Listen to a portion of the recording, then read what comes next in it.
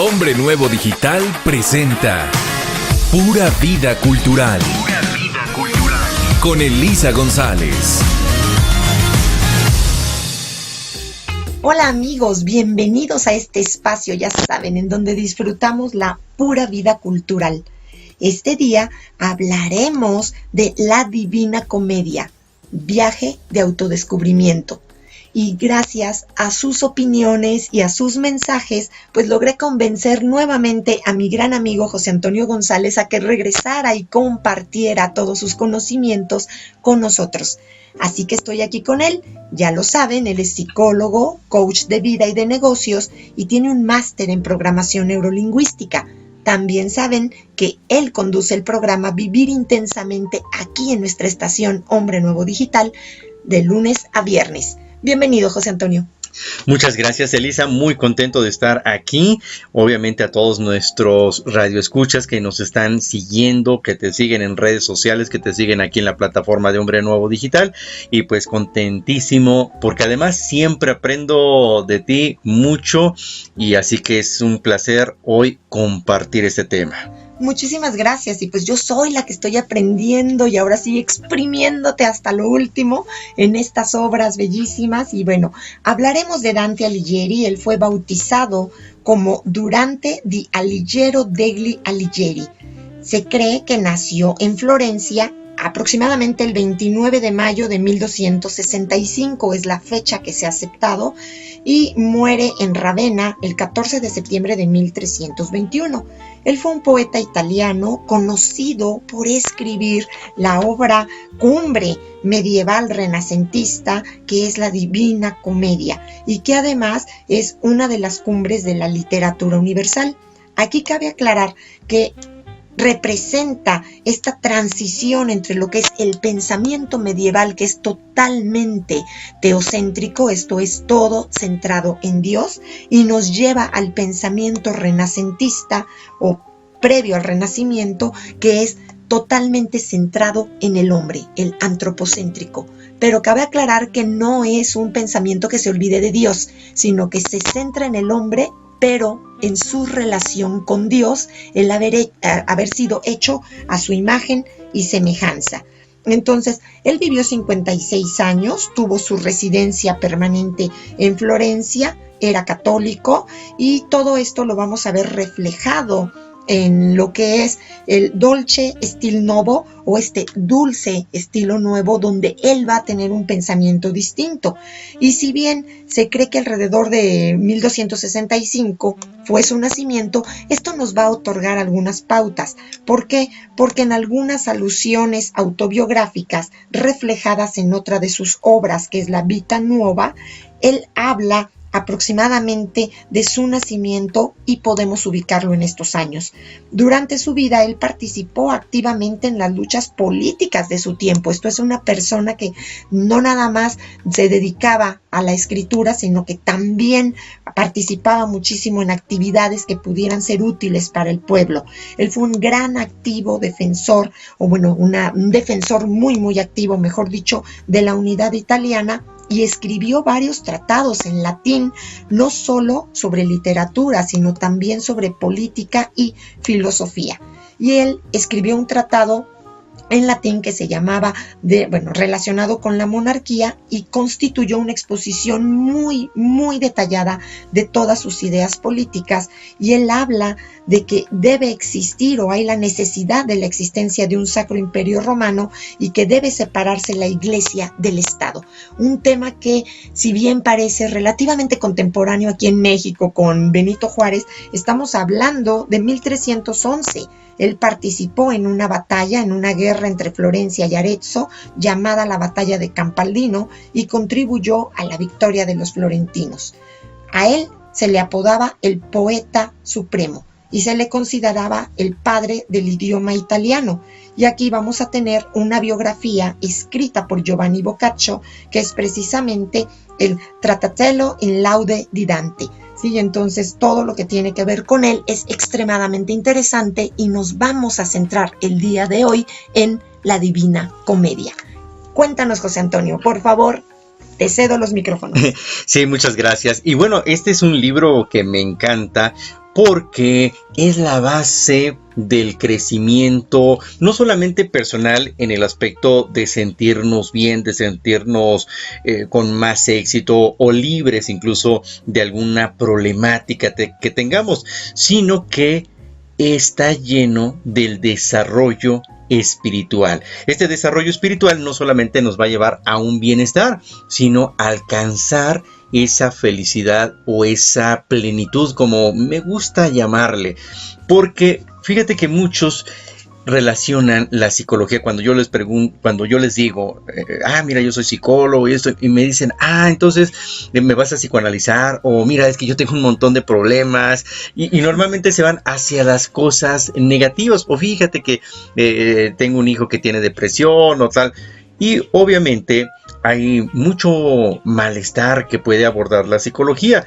pero no necesariamente el criterio para ir a una terapia o a un proceso terapéutico desde la perspectiva transpersonal tiene que ser porque nos sentimos muy mal. A veces es simplemente porque quiero encontrar ese estado de plenitud, de felicidad. Felicidad no desde la euforia, sino felicidad desde esa plenitud o contemplación que también se le llama. Entonces la Divina Comedia nos ayuda a entender este viaje de autodescubrimiento. Claro, cuando uno empieza el tratamiento de crecimiento personal y espiritual, hay que entrar al infierno. No se puede simplemente dorando la píldora. Por eso es que no funcionan los consejos cuando alguien dice, oye, fíjate que me está pasando esto, o como que tengo una crisis existencial. A veces a cierta edad da crisis existenciales. Y los amigos tratando de ayudar, mira, no te preocupes, ve el lado positivo, no tienes, o tú tienes todo para sentirte feliz, tienes todo para ser exitoso, pues a lo mejor tengo todo, pero siento que algo falta en mi vida. Entonces, la Divina Comedia es este viaje de autodescubrimiento. Sí, así es. Inclusive, esto me recordó algo que en alguno de los congresos de Hombre Nuevo platicábamos, que es cuando todo mundo con la buena intención te dice algo que cuando te lo mencionan no significa nada. Échale ganas. Y tú así de, me la he pasado echándole ganas y aún así las cosas no se dan.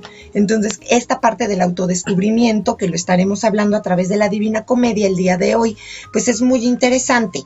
Recordemos que la Divina Comedia es una epopeya alegórica en tercetos encadenados donde se habla del cielo, del purgatorio y del infierno, y que se escribió en un lapso de 7 años, de 1304 hasta la muerte de Dante en 1311. Y algo muy importante también es que no nada más es una obra literaria, sino que numerosos pintores de todos los tiempos han creado ilustraciones sobre ella. Se sigue hablando de ella como si fuera algo contemporáneo, porque en verdad rebasa las barreras de su tiempo, y entre estos pintores destacan Botticelli, Gustave Doré y hasta el mismo Dalí.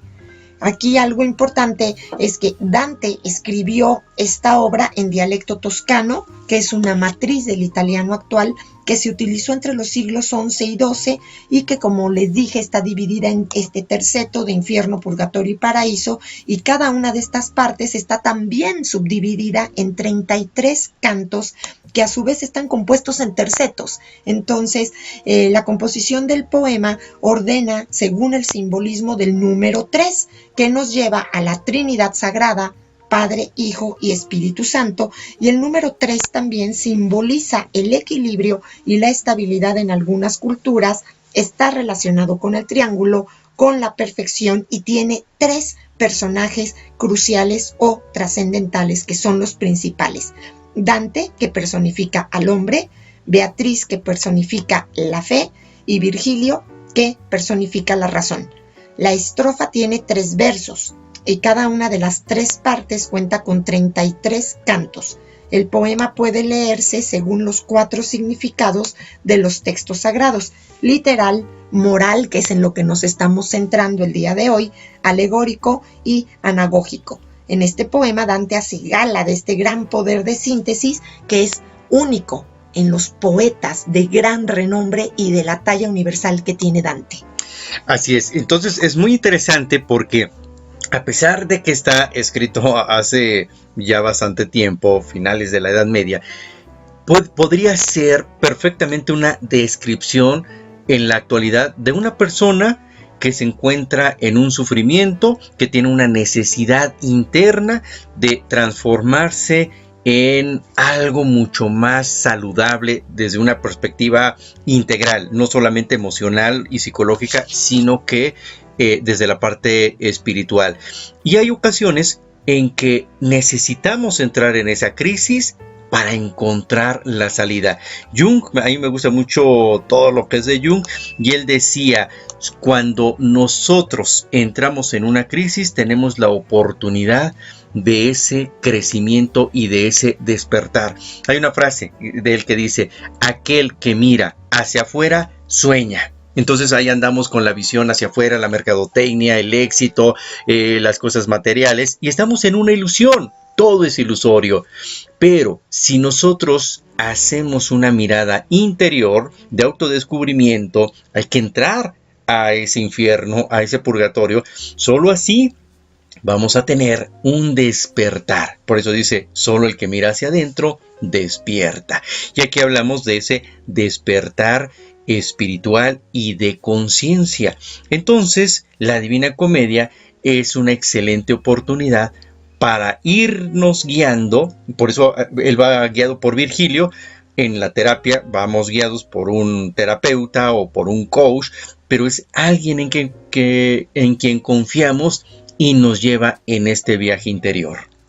Querido José Antonio, muchísimas gracias. Si te parece bien, seguimos en este viaje interior después de un corte. Perfecto. Estamos de regreso, queridos amigos, aquí en Pura Vida Cultural. Te recuerdo, síguenos en nuestras redes en hombrenuevo.mx y también en las redes de Pura Vida Cultural. Nos encuentras en Facebook y así podremos estar en contacto directo contigo. También tenemos un número de WhatsApp en el cual estaremos recibiendo tu mensaje o tus mensajes, que es precisamente 55 36 75 60 59. Estoy aquí con José Antonio González, nuestro gran amigo en la estación, y estamos hablando de la Divina Comedia. Aquí hay algo muy interesante. La obra se titula Comedia de una forma modesta, porque Dante nos da un final feliz. Sin embargo, no podía ser una tragedia a pesar de que a lo largo de la obra hay muchas. Debemos recordar que en la Grecia antigua, y de allí viene la herencia para la Edad Media y que es retomada por Dante Alighieri, el teatro era una de las 3 grandes manifestaciones artísticas junto con la arquitectura y la escultura. Y algo que queda muy claro, o que debe quedar muy claro, es el hecho de que la comedia no era bien recibida entre los griegos. Sí lo era entre los romanos, pero ellos creían que el teatro, la forma de vida, debía ser una tragedia. Y esto me lleva a pensar, José Antonio, en algo muy interesante. ¿Cuántas personas van o vamos por la vida sin ver que el 90% de ella es como una comedia y nos centramos en el 10% porque en verdad hay personas que disfrutan vivir en la tragedia? Así es, y fíjate que tienes mucha razón, porque realmente en la vida nos suceden de las dos cosas. Hay cosas muy buenas, muy positivas, pero también hay cosas que no son tan buenas, que son negativas y que entran en la tragedia. Pero eso es parte de la vida. Imagínate que únicamente sea todo romántico y besos o pura felicidad, pues sería aburrido. Incluso lo comentaba hace un momento, que las crisis van a ser necesarias para poder tener esa mirada hacia adentro, y esto me va a dar la posibilidad de ese crecimiento espiritual. De lo contrario, si yo nada más me la paso en la fiesta y todo es alegría, pues ¿cuál crecimiento espiritual? ¿No? Entonces va a ser fundamental entrar en conciencia con nosotros a través de esta crisis. Ahora, es importante aquí entender que cuando uno inicia este crecimiento y este desarrollo, vamos a entrar al infierno. Vamos a entrar en crisis. Es decir, vamos a sufrir. Ustedes van a decir, no, pues entonces no, oye, no, eso no parece marketing. Sin embargo, hay dos opciones. Podemos estar viviendo la vida en piloto automático, sufriendo, pero es un sufrimiento inútil, no nos lleva a nada. O puedo entrar a enfrentar mis demonios, a ese infierno adentro de mí. Va a haber un sufrimiento, pero es un sufrimiento con propósito. Es un sufrimiento que me va a dar utilidad para que yo pueda trascender y entonces me lleve a niveles superiores de conciencia. Así que esa es la decisión de nosotros. Sí, y bueno, aquí esto me recuerda, hablando del infierno, que el poema como tal de la Divina Comedia, en función del simbolismo que mencionamos hace rato del número 3, que evoca la Trinidad Sagrada entre Padre, Hijo y Espíritu Santo, así como equilibrio y estabilidad a través del triángulo, pues propone un silogismo que se sumaba al número 4, que representa también los 4 elementos: tierra, aire, fuego y agua. Y al unirlos o sumarlos nos da como resultado el número 7, como son los pecados capitales. ¿Sí? Entonces, ¿cuál es la importancia de conocer estos pecados capitales para entender los 9 círculos del infierno? Así es muy interesante. Entonces, ¿cómo se va a entrar al infierno? Mira, desde la parte terapéutica, recuerdo mi maestro de psicología transpersonal, José Luis Paoli Bolio, que si nos escucha le mando un gran saludo.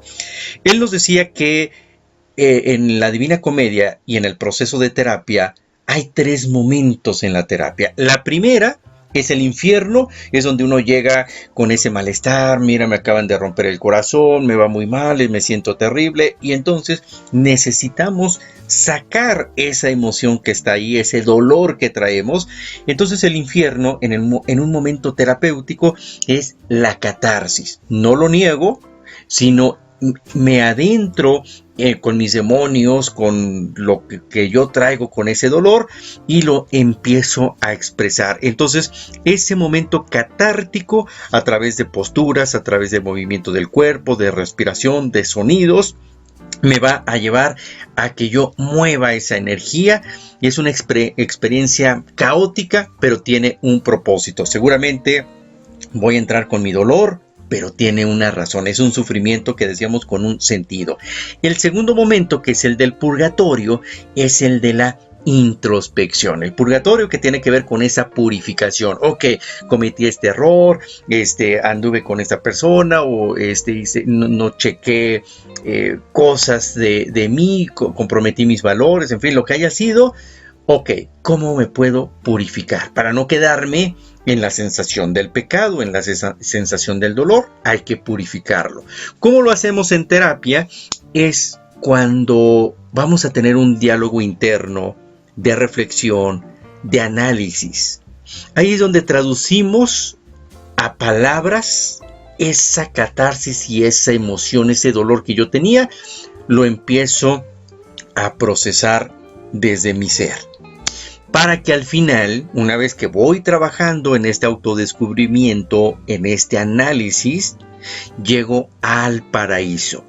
Y en terapia sería un momento de contemplación. El momento de contemplación es donde yo puedo observar mi historia. Mira, de niño me pasó esto, o estos momentos dolorosos, o me estafaron, me pusieron el cuerno, fracasé en un negocio, en fin, lo que haya sido, pero yo lo puedo ver ahora como testigo. Ya no me engancho en el drama, simplemente lo veo como un observador y estoy contemplando también que ahora puedo tener un momento para disfrutar mi vida. Y esa felicidad es donde llega la felicidad en el paraíso. Pero decía que la felicidad no es la alegría y la euforia y hay que cantar y eso, sino este estado de felicidad que ahorita les digo, o este paraíso, es de contemplación. ¿Qué es la contemplación desde el punto de vista de la psicología transpersonal? Es un estado de plenitud. Y cuando yo estoy en esta plenitud y en esta contemplación, siento una dicha interior, porque todo lo que yo he vivido, todo ese viaje de sacrificios, el infierno, de dolor y de purificación, me ha llevado a trascender y a estar a otro nivel. Entonces, la contemplación y la plenitud es cuando yo logro ese desapego de las cosas, desapego del dolor, desapego de las personas, y entonces tengo la sensación de que no me falta nada. El verdadero infierno es cuando yo quiero tener algo o alguien y ya no está, y entonces verdaderamente es un infierno. Cuando yo logro ese desapego, pero no es un desapego de ya, adiós todo, sino desde contemplando mi pasado, contemplando mi historia y encontrarme conmigo mismo, tengo esta sensación de paz interior y de que no me falta nada, porque lo tengo todo. Ese es el verdadero paraíso. Creo que esto que mencionas es muy importante. Hay una confusión generalizada, o es lo que yo he notado, José Antonio, cuando has pasado por una crisis o por momentos muy duros y después de cierto tiempo, que para algunos pueden ser semanas, para otros meses, para algunos años, alguien hace una broma o hace algún comentario y la gente te dice, ya olvida eso, sin darse cuenta que ya pasaste por un proceso de catarsis y ya lo puedes ver como testigo. Creo yo que esto es importante porque muchas personas se cierran al comentario y dicen, ya supéralo, y entonces ya no lo comentan. Pero muchas veces el no comentarlo no significa que lo olvidaron, significa que lo traen adentro como una tarea pendiente, una asignatura que no han superado. Y esto me lleva a recordar hace algunos años haciendo la maestría, pues tuve un proceso de descubrimiento histórico doloroso porque yo analicé el movimiento estudiantil del 68 y había una frase que escribieron con respecto a los muertos que decía que recordar es vivir y volver a vivir es dolor, y el dolor lleva a la pregunta ¿por qué? Y es del carajo encontrar silencio por respuesta. Y sin embargo hay que quedarse callado, y allí las personas también decían, me quedé callado como padre ante la pérdida, como hermano, como pareja, pero no significa que por no hablar de ello desapareció, sino que duele más hasta que lo hablas. Y creo yo que el hablar te libera y te lleva de ese infierno cuando tú ya puedes bromear. Mi catarsis personal, por ejemplo, es bromear sobre las cosas. Y esto implica que cuando yo ya puedo bromear sobre ello, ya no me importa tanto. O llega el momento en que ya ni me importa, es simplemente un recuerdo de algo que pasó en mi vida. Exacto, pero aún falta un paso para el cielo. Entonces sales del infierno, pero entras al purgatorio, donde haces todo este análisis, esta introspección, donde viene ese crecimiento, ese trabajo interno, por eso es de purificación, en donde yo, al hacer este trabajo interior, puedo trascender ahora sí al cielo. Es decir, llegar al cielo no es gratis, no hay atajos y no puedes sobornar a nadie. Así es, y entonces pues esto es muy importante porque la Divina Comedia es una obra llena de símbolos que remiten al conocimiento, pero también al pensamiento. Si bien medieval con respecto a la religión, astronomía, filosofía, matemáticas, etcétera, también está lleno de personajes, lugares y acciones de los cuales seguiremos platicando después del corte. Amigos, estamos de regreso aquí hablando de la Divina Comedia, Viaje de autodescubrimiento. Acompaño a José Antonio González y vamos a seguir con el tema de el infierno, que representa al ser humano frente a sus pecados y principalmente frente a sus funestas consecuencias. ¿Qué nos cuentas de esto, José Antonio?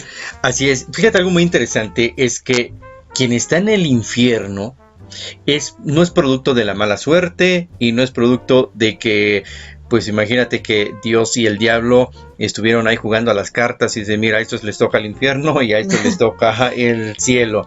No, es producto de nuestras propias decisiones y de nuestras acciones. Esto significa que todo este sufrimiento que yo tengo en el infierno es producto de lo que yo decidí o no decidí hacer. Esto se ve marcado en las acciones. De ahí que empieza con el anteinfierno, que es para los cobardes, es el lugar donde están los cobardes. Y sí, la verdad es ni que... ni siquiera merecen llegar al infierno por cobardes. Sí, porque realmente están nada más con, lo hubiera hecho, no lo hago, sí, no lo hago. O sea, exactamente, ni siquiera han entrado al infierno o en un proceso de desarrollo, de crecimiento, simplemente están sufriendo tontamente y lo hago, no lo hago, y ahí estoy en el antiinfierno. Sí, entonces, bueno, esto me recordó casi como si fuera una broma, que dicen, hay personas tan cobardes que ni el diablo las quiere. Bueno, aquí está, están en el antiinfierno, ni siquiera han entrado ahí. Después ya, pues el primer nivel, que es el limbo. Y aquí hay algo muy interesante, porque en el limbo hemos escuchado incluso la frase coloquial, mira, es que está en el limbo. O sea, anda ahí en piloto automático. Y en el limbo están aquellas personas, se decía que eran los no bautizados. Aquí el simbolismo es que son personas que todavía no se han comprometido, que todavía no tienen ese compromiso de decir, quiero esto, o quiero iniciar mi desarrollo o mi propia introspección, sino que están en el piloto automático. Pero eso nos lleva a un sufrimiento. ¿A qué me refiero con esto? ¿Cómo es en la vida práctica? Cuando dicen, mira, me corrieron del trabajo, terminé una relación, me está pasando esto, no me siento pleno, sé que hay un dolor, pero no sé ni siquiera por qué. O sea, estoy haciendo lo que la gente me dijo, lo que yo creía, vivo mi vida de rutina. Estoy en el limbo, estoy en el piloto automático. Cuando yo tomo una decisión y le cambio a ese despertar y voy a trabajar en mí, es ahí donde me voy a echar el clavado a ver en qué he pecado. Pecado en el aspecto, hablando desde la parte psicológica, de errores. ¿Qué errores he cometido o qué cosas no estoy haciendo para mi despertar espiritual? De hecho, la gente no es mala por mala y que está ahí en el infierno. La gente es mala por ignorante. Ignorante no me refiero a los conocimientos. Alguien dice, no, mira, es que esa persona sí hizo mucho daño y trae un doctorado y estudió en Harvard. Eso me llegó. No nos referimos a eso, sino a una ignorancia espiritual y de su propio conocimiento. Es como si fueran indigentes, pero no indigentes de ropa y de cosas materiales, sino indigentes espirituales. Obviamente, esta ignorancia nos lleva a consecuencias en nuestras acciones. De ahí que están los diferentes. Cada nivel tiene diferente pecado. Desde la lujuria, la gula, la avaricia, la ira. Están los herejes, los que no creen, que en el simbolismo es yo no creo en nada. Yo no creo que pueda tener una vida mejor. Yo no puedo creer en que alguien puede actuar de buena fe. Están los violentos con otros, están los fraudulentos y los traidores. Están en esta parte. Pero algo muy interesante, fíjate, Elisa. Bueno, ahorita ya obviamente te dejo continuar, pero quiero rescatar este simbolismo, que en el último nivel del infierno está el infierno congelado. Alguien podría pensar, bueno, es donde más están ardiendo, donde verdaderamente está el fuego intenso y perpetuo. No, ahí está congelado. En el simbolismo, en la psicología, es cuando una persona ha dejado de sentir, ha dejado de amar, y es como si hubiera congelado su corazón, y se ha alejado, es totalmente fría, y necesita ese calor, esa llama del amor para volver a conectar. Entonces, no siempre el infierno es las llamas, sino también cuando estamos muy fríos, hemos negado nuestro corazón a hacer el bien o amarnos a nosotros. A veces nos descuidamos. Decía, incluso hay quien es indigente espiritual y también parece indigente de la calle, porque se ha descuidado, ya no se ama a sí mismo. Esto es extremadamente importante porque creo que el abandono a otros, el abandonar a quienes confían en ti, a quienes te han dado su lealtad, su compañía, es terrible. Y podríamos decir, no tiene nombre lo que haces, pero abandonarte a ti mismo creo que es aún peor. Aquí la estructura doctrinal de la Divina Comedia, como ya habíamos dicho, hace un uso pues extenso y constante del número 3. Los condenados están repartidos en 3 categorías, cada una localizada en una sección que va yendo hacia abajo en esta cavidad subterránea llamada infierno, y también en el orden de las penas. Como dice Virgilio en el canto 11, depende de la ética nicomaquea de Aristóteles y prefigura en una jerarquía del mal. Esto es, nos dicen que aún el mal tiene niveles, y lo que se hace aquí es elegir de las penas una ley para poder establecer cómo se castiga a los pecadores mediante lo contrario de sus pecados o una analogía en ellos. Los pecadores más cercanos a Dios y a la luz, es decir, los que están puestos en los primeros círculos, son los incontinentes, aquellos que no pueden contener ni la lujuria, ni la glotonería o gula, y los avaros, pero también están allí los que están enojados con todo y sobre todo consigo mismos, que son los iracundos. Yo cuando convivo con personas que todo les molesta o algo, me pregunto si realmente están molestos con los que les rodeamos o están molestos consigo mismo. Y es como cuando una persona toma demasiado, que yo digo, ¿de qué tanto tienes sed? Porque no debe ser de alcohol. Estas personas que desgraciadamente muchos se pierden por días y que son alcohólicos funcionales, o los otros alcohólicos, los menos notorios, los que beben alcohol en pequeñas cantidades diarias, pero no por ello dejan de ser alcohólicos. Sí, entonces allí tenemos un primer nivel. Luego siguen los violentos, que se cegaron por la pasión. Si bien están a un nivel de inteligencia mayor que los primeros, la realidad es que en el terreno espiritual pues están más alejados de Dios y de la luz, porque los primeros no pueden contener ciertas actitudes, pero ellos no solo no las contienen, sino que además atacan a otros. Y un último nivel están ubicados los que se llaman o se conocen como los en las malas bolsas, que son los fraudulentos y los traidores, que quisieron realizar el mal, pero aparte lo realizaron de forma consciente.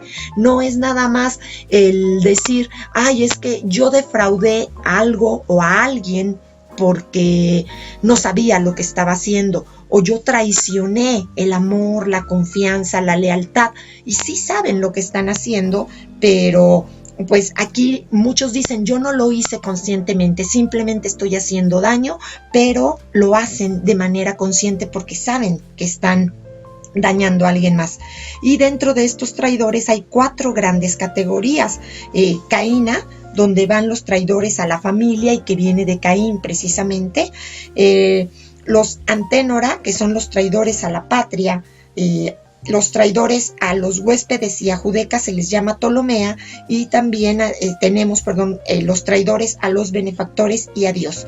Todos los pecadores del infierno tienen una característica común: sienten esta lejanía con Dios como el mayor castigo y esta lejanía con su propia alma, y cuanto mayor es el pecado, menor es el espacio físico en el que habitan las almas, porque están más encerrados dentro de ese pecado. Así es, y fíjate que algo muy interesante es que nos podemos quedar en ese pecado. Yo les decía, la gente no es mala por mala, sino por ignorante, porque no nos conocemos, porque estamos como indigentes espirituales.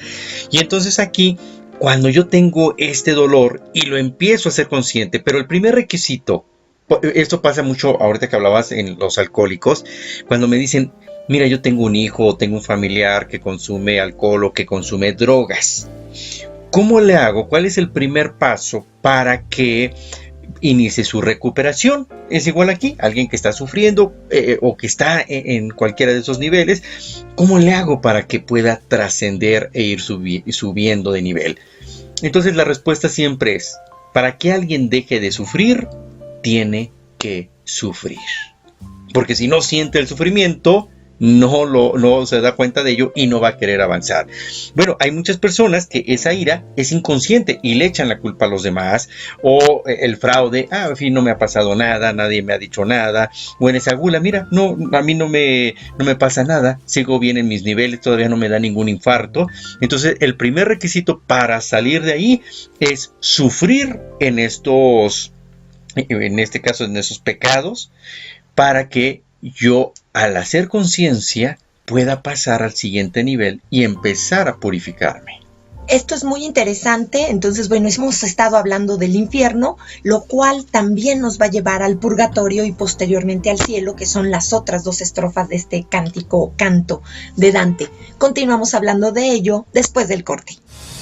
Amigos, estamos de regreso hablando el día de hoy de la Divina Comedia, viaje de autodescubrimiento. Acompaño a mi gran amigo José Antonio González y seguimos hablando ahora del purgatorio. Este es una segunda estrofa o segundo canto de la Divina Comedia y bueno, lo antecede el infierno del cual ya hablamos y sigue el paraíso.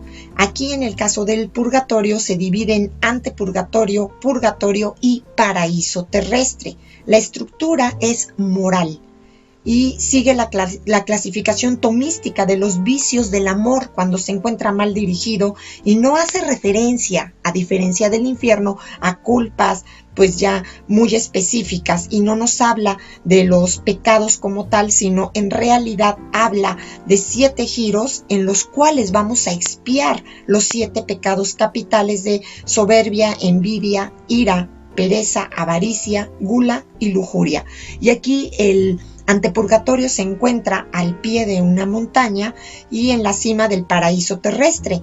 Aquí es similar la estructura al infierno, sin embargo es un abismo, mientras que aquel es un abismo, esto es el infierno. En el caso del purgatorio es una montaña. Cuando estamos en el infierno, José Antonio, descendemos a las profundidades. Cuando estamos en el purgatorio tenemos que subir una montaña.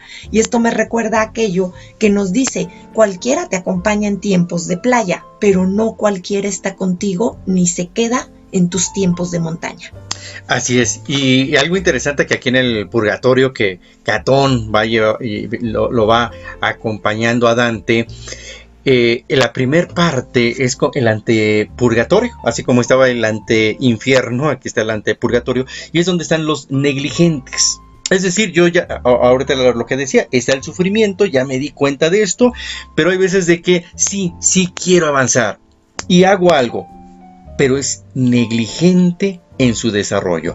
Yo en los grupos de AA, por ejemplo, les digo, van a sus juntas de AA, ahí están, porque ya quieren salir de ese infierno, pero están en una negligencia porque, oye, ¿cuánto llevas aquí? No, pues ya llevo 1 año, 2 años, 5 años. ¿Qué pasos has hecho? O sea, reales, ¿cómo has avanzado? No, bueno, yo llego, me siento y estoy allí, o paso a tribuna, hago mi catarsis y todo, y pues no estoy haciendo mi tarea. Es como, igual alguien va al gimnasio, quiere, pensando esto, ¿no? Quiere una mejor figura, bajar de peso, se inscribe al gimnasio porque quiere salir de su sufrimiento. Oye, ¿y cuánto tiempo haces al gimnasio? Es que mira, luego no me da tiempo, pero ya pagué. Entonces es ahí ese simbolismo en el antepurgatorio donde están los negligentes.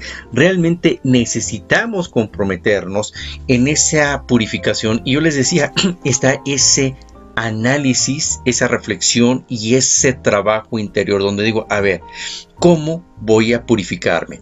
Los errores que haya cometido anteriormente, pues está bien, no lo sabía, eran los recursos que yo tenía, ignoraba muchas cosas, pero ahora me estoy allegando de recursos. Por eso es muy importante, en este caso de Dante, no va solito, lleva a su guía, a Virgilio, que es la sabiduría. En un proceso de los de AA tienen al padrino y se apoyan en un proceso. Los que deciden, ya sea coaching o ya sea terapia, está el terapeuta que por medio de técnicas psicológicas y terapéuticas va guiando ese camino de purificación, de salir de un indigente espiritual, y lo va llevando a ese crecimiento. Entonces, esto es básicamente en lo que se va trabajando. Obvio, se trabaja los mismos pecados, pero ahora, ¿qué estoy haciendo para trascenderlos? ¿Cómo me voy a purificar? No lo niego, simplemente manejo de la ira. ¿Cómo manejo mi ira? Parte de la inteligencia emocional en lenguaje actual. Si yo la gula, autocontrol. ¿Cómo voy a tener este autocontrol? Al igual que la lujuria. Estos 3 elementos de la lujuria, la gula, la avaricia, tiene que ver con el autocontrol. ¿Cómo me estoy manejando a mí? Y así va cada uno de ellos. La pereza, la avaricia incluso es, a ver, ¿cómo lo estoy trascendiendo? Para que entonces yo suba al último nivel. Esto que mencionas es muy interesante porque si bien teníamos 9 círculos en el purgatorio, 2 de ellos, en el infierno, los 2 que mencionabas, que está congelado, y lo de los 7 pecados capitales, en el caso del purgatorio tenemos 7 círculos que se le llaman 7 giros, donde cada giro tiene un custodio angélico. Esto es, se necesita una ayuda espiritual y son precisamente los ángeles de la humildad, de la misericordia, la mansedumbre, la solicitud, la justicia, la abstinencia y la castidad, que son los ejemplos que nos van a ayudar a salir de este infierno. Y en cada giro, además, los que expían sus culpas tienen ante sí el ejemplo del vicio que cometieron y cómo es castigado cuando se encuentran en el infierno, y de la virtud opuesta. Esto los va a llevar a la entrada del paraíso terrestre, y aquí Virgilio debe separarse. ¿Por qué? Porque no puede entrar allí, tiene que dejar que Dante proceda en esta parte para que aprenda más y se conduzca hacia el jardín celeste. Allí las almas en el purgatorio sabemos que ya están salvadas, están purgando, pero antes de llegar al paraíso, para expiar sus pecados, deben subir esta montaña de la que hablábamos y tienen que ir acompañados. Lo que les mencionaba hace un rato, sí, esta analogía de que cualquiera está contigo en tiempos de playa es cuando estás bien, cuando estás en la fiesta, cuando estás en la celebración, en el éxito, cualquiera se queda. Pero debemos preguntarnos, ¿quién en nuestro tiempo de las famosas vacas flacas, en nuestros tiempos de depresión, de angustia, cuando en verdad necesitamos a alguien, quién está allí? Y eso es la representación de los ángeles. Y nosotros tenemos que preguntarnos en nuestra vida cotidiana, ¿quién se quedó cuando estaba yo tan mal? Porque ¿quién se queda cuando estoy tan bien? No, bueno, todo el mundo se quiere quedar. Entonces aquí estas almas que ya han estado salvadas deben subir esa montaña, lo hacen acompañadas. Muchas veces aquí se nos señala de que en los tiempos de Dante eran los peregrinos que se dirigían hacia Roma o Santiago de Compostela a hacer penitencia, y que se hace una analogía con cada alma que debe recorrer todo el camino y purificarse según el giro del pecado en el que se encontraban, y esto los va a llevar al cielo. Así es, y aquí en el cielo ya no va guiando a Dante Virgilio, él hasta ahí llega, y entonces ahora su acompañante es Beatriz, su eterna enamorada, que lo va a guiar por el paraíso. Y como decíamos, aquí en el paraíso es donde se va a dar esta sensación de plenitud, de contemplación, de desapego, también en los 9 niveles. Así es, y bueno, pues aquí el paraíso es un mundo inmaterial, es etéreo, dividido en 9 cielos. Los primeros 7 llevan el nombre de cuerpos celestes del sistema solar, que son la Luna, Mercurio, Venus, Sol, Marte, Júpiter y Saturno, y el último par está compuesto por las estrellas fijas y el primer móvil.